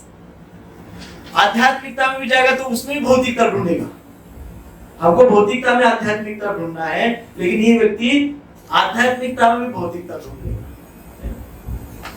सो ये it's very dangerous. Was the origin of external vision? ये एक completely व्यक्ति materialistic approach में डूबा रहता है, और इसलिए वो व्यक्ति क्या सोचता है? वो व्यक्ति सोचता है कि ये जो दिव्य ज्ञान है, ये जो कृष्ण कॉन्शियसनेस है, कृष्ण भावनामृत जो है, ये क्या है? अरे ये एक लिमिटेड है। क्या है ये लोग कृष्ण कृष्ण करते थे, इनको उसके अलावा कुछ पता है? हाँ, इससे बाहर इनको कुछ पता नहीं। ऐसा दूसरा व्यक्ति कृष्ण कॉन्शियसनेस के विषय में सोचता है, और वो होती है जेलसी। वो क्या होती है? जेलसी। अब भक्तों में भी जेलसी आ जाती है। भक्त जब ये कृष्ण भक्ति को एक मर्यादा में देखते हैं, मर्यादित कर देते हैं, जैसे उदाहरण, मैं जो करता हूं वही भक्ति, दूसरा जो करता है वो दिखावा। जब व्यक्ति ऐसा सोचता है तो इसका अर्थ क्या है? वो भक्ति को, कृष्ण कॉन्शियसनेस को लिमिट डाल देता है। यह है जेलसी, यह है अपराध। इसलिए जेलसी से बहुत बड़ा अपराध निर्माण होता है, बहुत बड़ा अपराध है। सो उस जेलसी से बचे, है ना। अब जेलसी का रूप जब और विस्तृत हो जाता है तो नीचे का पॉइंट दिया गया है, देखो, things that Krishna consciousness is limited. अब वो ये सोचता है कि कृष्ण भक्ति कौन करता है? कृष्ण भक्ति तो क्या है, वो अमुक अमुक लोग ही कर सकते हैं। अरे कृष्ण भक्ति तो रिच लोग ही करते हैं, गरीबों के लिए तो है ही नहीं। हमको कोई बोल रहा है, हमने बोला भाई सुदामा तो एकदम गरीब है। सब लोगों के लिए भक्ति है, लेकिन वो सोचते एक सेक्शन के लिए वो लोग भक्ति कर सकते हैं। कुछ लोग सोचते हैं कि अमुक अमुक टाइप के डिवोटी ही शुद्ध भक्त रहते हैं, वो अमुक अमुक भक्त ही अच्छी भक्ति कर सकते हैं। हमारे जैसा भक्त तो क्या अच्छी भक्ति कर सकता है, हम जो करते हैं वही बहुत अच्छा है। तो वो भी क्या कर देते हैं, भक्ति को लिमिटेड बना देते हैं। That is also an offence. तीसरा होता है कि अरे गुजरात में ही बहुत अच्छी भक्ति होती है, बंगाल में ही बहुत अच्छी भक्ति होती है, यूपी में ही बहुत अच्छी भक्ति होती है, बाकी तो किधर, अमेरिका में तो बिल्कुल नहीं होती, भयंकर माया पड़ी है। फिर क्या कर रहे हैं हम लोग, भक्ति को लिमिटेड कर रहे हैं, मर्यादित कर रहे हैं, लिमिट डाल रहे हैं। That is also an offence, अपराध। सो ये जो इस प्रकार के जब अपराध होते हैं तो उस ऐसे अपराधों से हमारे अंदर जेलसी बढ़ती है, ईर्ष्या भाव बहुत ज्यादा हो जाता है भक्तों के प्रति। And then comes disciplinary action. अब कई बार व्यक्ति वरिष्ठ भक्तों के प्रति भी अपराध करता है, वरिष्ठों के प्रति अपराध करता है, वरिष्ठों के प्रति अपराध करता है। और जब ऐसा अपराध जब वो करता है तो उसके मन में क्या आता होगा, उसको क्या आता होगा? कोई वरिष्ठ सीनियर डिवोटी और सीनियर डिवोटी के प्रति मैं अपराध करता, और वो अपराध जब मैं करता हूं तो मैं अपेक्षा क्या करता हूं? हेलो, किसी वरिष्ठ भक्त ने, अरे वो उसने तो मुझे प्रसाद हॉल से निकाल दिया, मुझे प्रसाद हॉल से भगा दिया, बोले नहीं प्रसाद नहीं तुम्हारे, भागो, ऐसा बोल दिया मुझे। किसने बोला? बड़े क्या किया? अब मेरी अपेक्षा क्या है? मुझे रिस्पेक्ट दो, ईगो हर्ट हो गया ना उसका, इसलिए वो मुझे रिस्पेक्ट है और सॉरी बोले, वो मुझे सॉरी बोले और मेरा गलती नहीं था। हाँ या उस पे डिसिप्लिनरी एक्शन, हाँ डिसिप्लिनरी एक्शन। यस, मेरे मन में कहीं तो ये भाव होगा कि महाराज आएंगे ना, महाराज को बताऊंगा, फिर महाराज अच्छी खटिया खड़ी करेंगे। या फिर सोचूंगा मैं तो प्रेसिडेंट को जानता हूँ, मैं शाम को प्रेसिडेंट को मिलूंगा, प्रेसिडेंट को कहूंगा कि इनके अगेंस्ट डिसिप्लिनरी एक्शन ऐसा सोचता हूँ। प्रभुपाद जी को भी लोग कुछ बोलते हैं, पता है प्रभुपाद जी को क्या बोलते थे उनके गुरु भाई। एक गुरु भाई बता रहे कौन सी बड़ी बात किया, उधर जाके इस्कॉन में किया, इस्कॉन बनाया, पहले बिजनेसमैन थे, बिजनेस में सक्सेस था, ऐसा इसमें थोड़ा बहुत सक्सेस आ गया, बाद में तो बिजनेस फेल हो गया, ये भी फेल ही होने वाला है। ऐसे उनके गुरु भाई बोलते थे उनको, प्रभुपाद जी को। प्रभुपाद जी के आवाज से, प्रभुपाद जी के अपीयरेंस से, प्रभुपाद जी के ज्ञान पे कुछ बोलते थे। प्रभुपाद जी ने क्या सोचा होगा? भक्ति सिद्धांत सरस्वती ठाकुर को जाके बोलता हूँ, ऐसा सोचा होगा क्या प्रभुपाद जी ने? ऐसा सोचा होगा? मैं कई बार बोलता हूँ जो हमारे साथ कुछ इंसिडेंट्स होती तो ये सोचना चाहिए कि यहाँ प्रभुपाद होते तो कैसा डील करते, प्रभुपाद जी कैसा डील करते थे इस सिचुएशन। प्रभुपाद जी थोड़ी बोले डिसिप्लिनरी एक्शन। सो जब हमारे मन में किसी वरिष्ठ भक्त के प्रति ये भाव आ जाता है डिसिप्लिनरी एक्शन का, इनके ऊपर एक्शन किया, इंसिस्ट करते हैं एक्शन, तो वो एक प्रकार का हमारे द्वारा किया हुआ अपराध। और यदि हम ऐसा करते हैं तो ये देखना चाहिए कि हमारे ऊपर हमने कौन सा डिसिप्लिन फॉलो करना चाहिए ताकि हमारे अंदर ये भावना आए।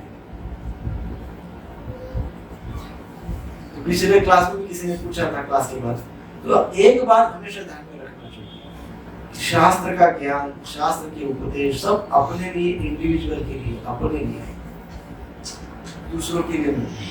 दूसरा अपना देखिए, मैं ये नहीं देख सकता हूँ कि मैं इतना सब ज्ञान लिया, मैंने बताया कनिष्ठ कौन है, मध्यम कौन है, उत्तम कौन है, मैंने बताया, अब मैं नेक्स्ट सैटरडे आऊंगा, संडे आऊंगा, देखूंगा अमुक अमुक कनिष्ठ, अमुक अमुक उत्तम, अमुक अमुक मध्यम, ऐसा मैं करूंगा।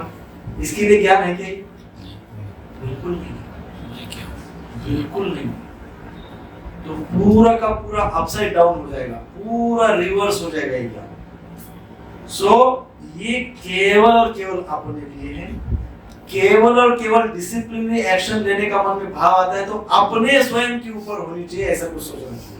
ये देखना चाहिए कि इसी टाइम पे, इसी परिस्थिति में इस व्यक्ति ने मुझे ही पकड़ा, तो मुझे ही बोला, कुछ तो अरेंजमेंट है, कुछ तो डिवाइन प्लान है।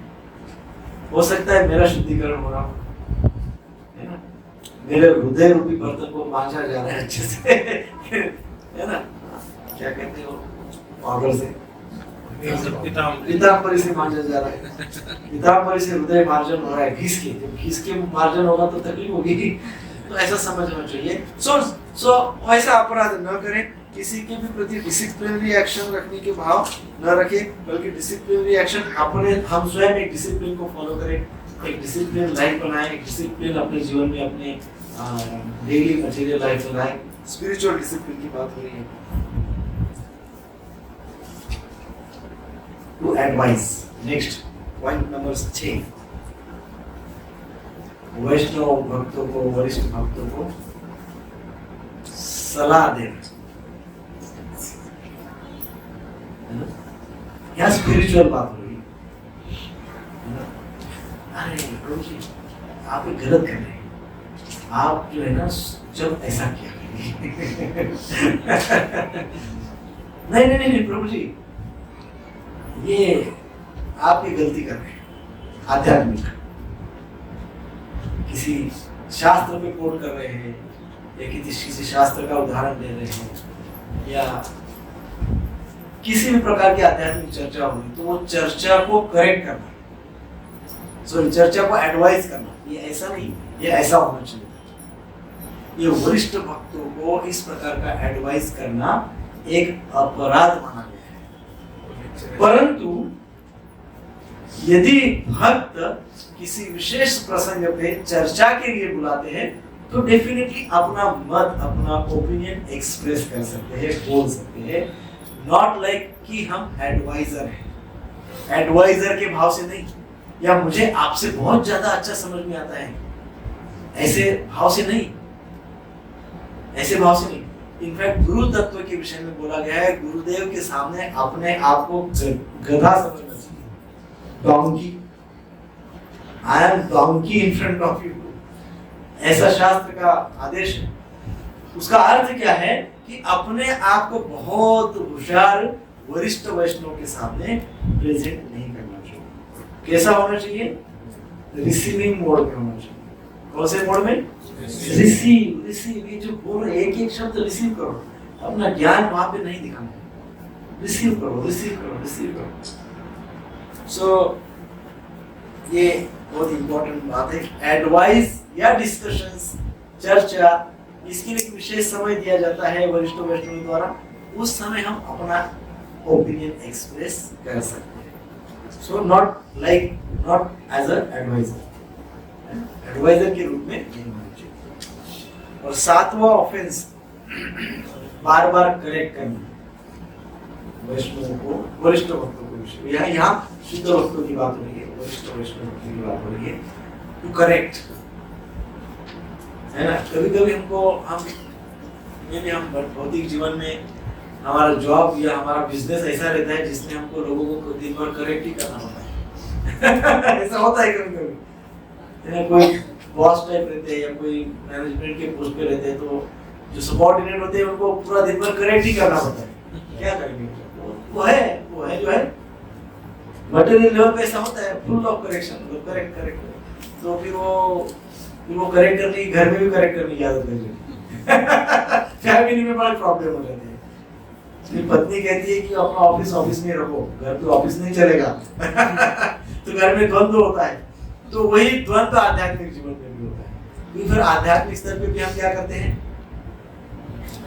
प्रत्येक डिवोटी को करेक्ट करते हैं। अरे ये वो प्रभु तो ऐसा है गलत, अरे वो प्रभु तो वो ऐसा है गलत, अरे वो प्रभु भी गलत, ये तो मैं ही सही हूँ।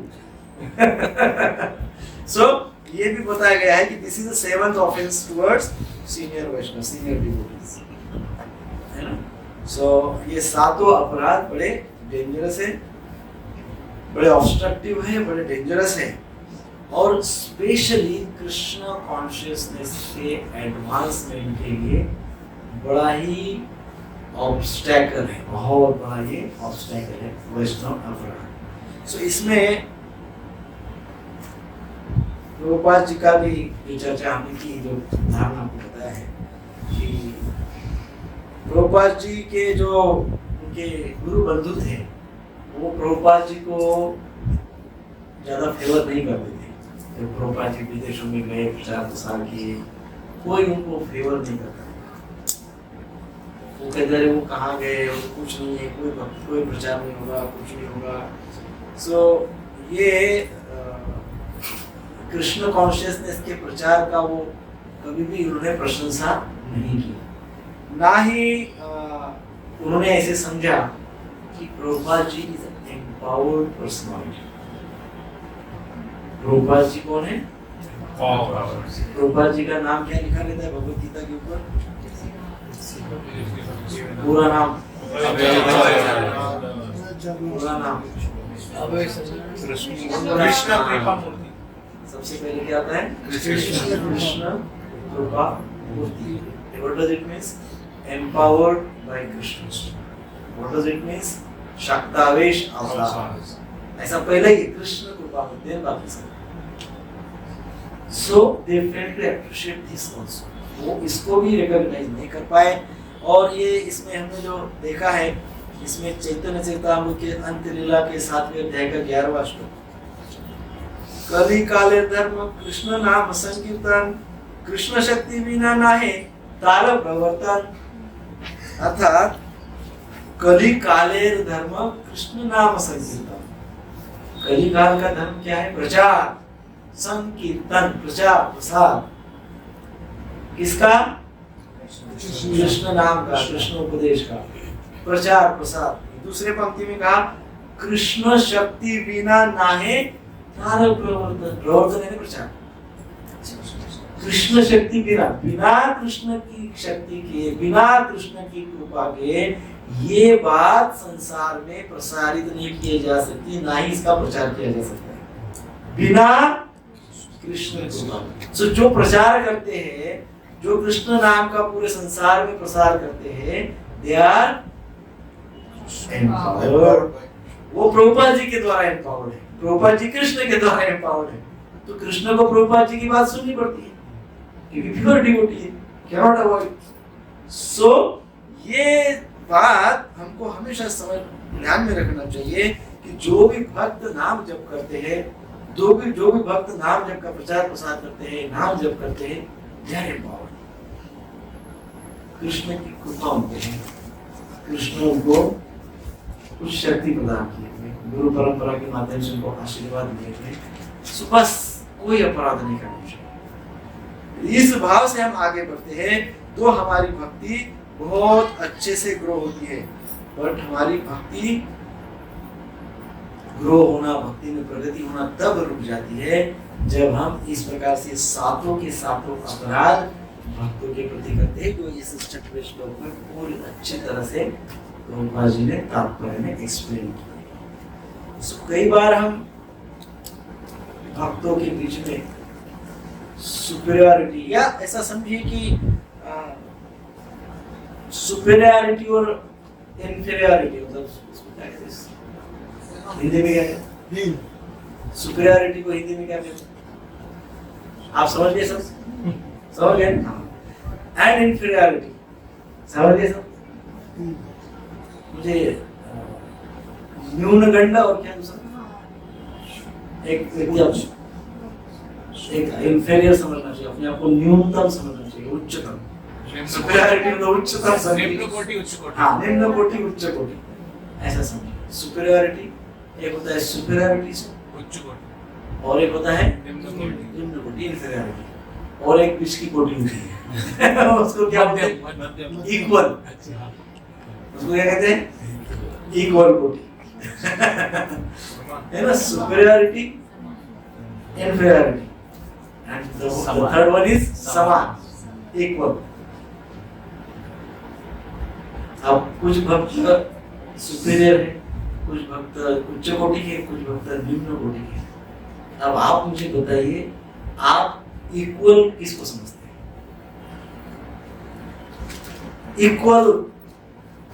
इक्वल लेवल किसकी होती है? एक सुपीरियर लेवल, एक इंफीरियर लेवल, एक उच्च, एक निम्न। इक्वल लेवल किसको मानते हैं?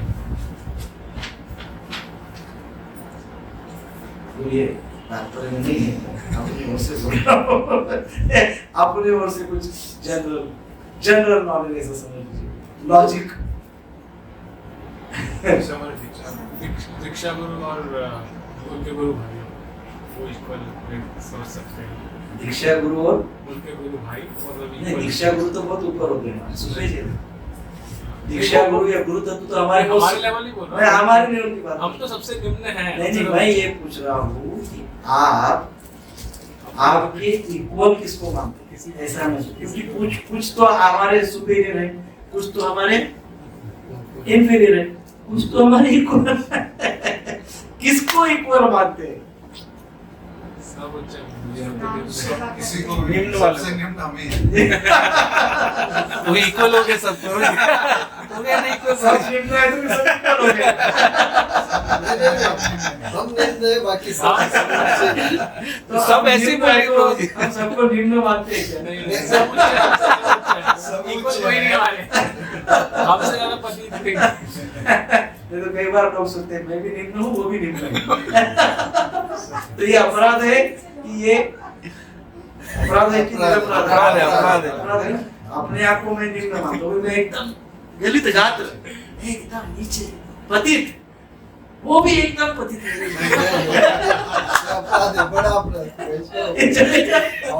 आपने दो कैटेगरी बताया ना, जैसे निम्न और उच्च। हाँ। तो निम्न वाले को मेरे समान मानता हूँ।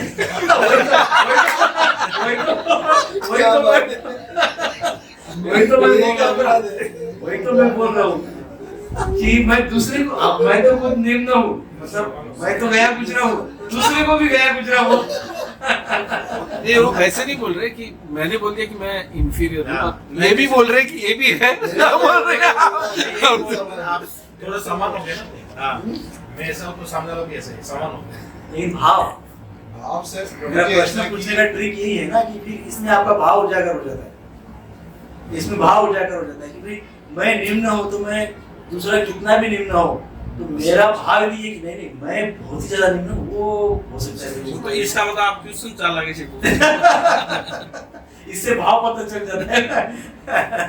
सो ये एक्चुअली इक्वल का जैसा कोई प्रश्न नहीं बनता है, बट मुझे ऐसे लगता है मेरे अनुभव से कि जो मेरी बात बिल्कुल ही नहीं सुनता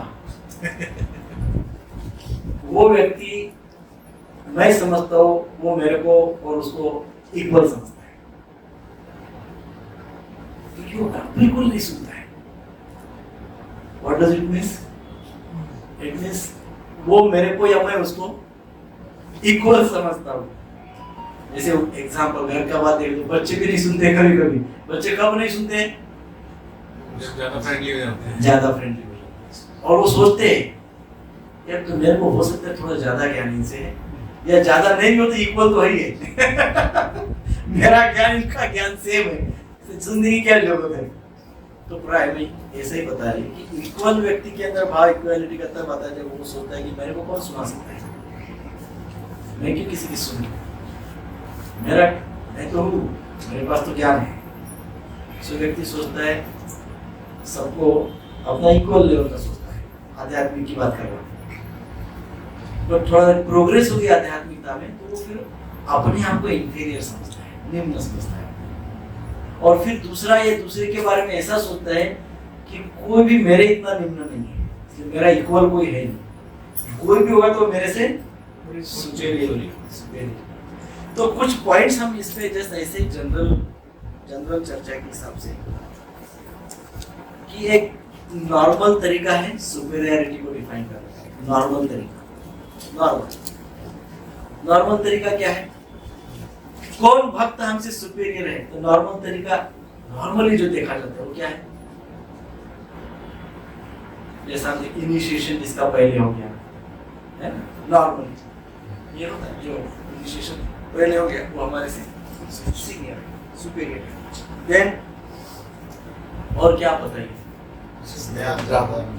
लेक्चर का ज्ञान, हाँ, ब्राह्मण दीक्षा जिसके लिए वो हमारे से सुपीरियर है। देन सेवा में बहुत डीपली सेवा में एंगेज है वो सुपीरियर है। अल्टर सर्विस, ड्यूटी वर्शिप है वो सुपीरियर है। प्रचार करता है सुपीरियर, अर्थात शास्त्र का ज्ञान है वो सुपीरियर है।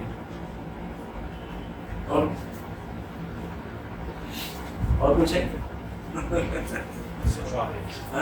तो ये सब और उसमें एक फैक्टर ब्रह्मचारी आ गए। एक और फैक्टर भी हम सोचना चाहिए, नहीं सोचते तो सोचना चाहिए, एज। कोई एज से सुपीरियर तो भी हमने इनको सुपीरियर समझना चाहिए, नहीं समझे तो बात अलग है, समझना चाहिए एज के हिसाब से। ये हो गया, ये नॉर्मल बातें हैं जिससे हम एक बोल सकते हैं कि सुपीरियर। अब क्वालिटी बेस्ड भी एक होता है बात, क्वालिटी बेस्ड। कभी कभी हमने ये देखा है क्वालिटी के आधार पर से नम्र भाव, ह्यूमिलिटी है, कंपैशन है, दया भाव है, प्रेम भाव है, रियलाइजेशंस बहुत अच्छा है, किसी को बहुत जबरदस्त रियलाइजेशंस है। मैं भी ब्राह्मण दीक्षित नहीं है, मैं भी प्रचार नहीं करता है, कई बार ऐसा भी कोई एक आध इनिशिएशन भी नहीं हुआ है, ऐसा हो सकता है, इम्पॉसिबल है। उदाहरण है हमारे सामने, रियलाइजेशंस है, गुरु महाराज की सेवा में डीपली एंगेज है, लेकिन सेकंड इनिशिएशन नहीं, शास्त्र को बहुत डीपली जानता नहीं, लेकिन महाराज की सेवा में है। कंपैशन, हृदय में दया भाव है, बहुत अच्छे रियलाइजेशंस है, नाम रुचि जबरदस्त है, नाम कभी भी देखो नाम का जप करता है, नाम को छोड़ा नहीं, क्वालिटी बेस्ड। तो कभी ऐसी पॉसिबिलिटी है कि नॉर्मल जो बातें हैं वो न हो, लेकिन क्वालिटी हो, उस व्यक्ति में क्वालिटी। इनिशिएट दीक्षित नहीं है, क्वालिटीज है, उसका भी अपराध न करें, उसका भी अपराध न करें। कई बार पूछते हैं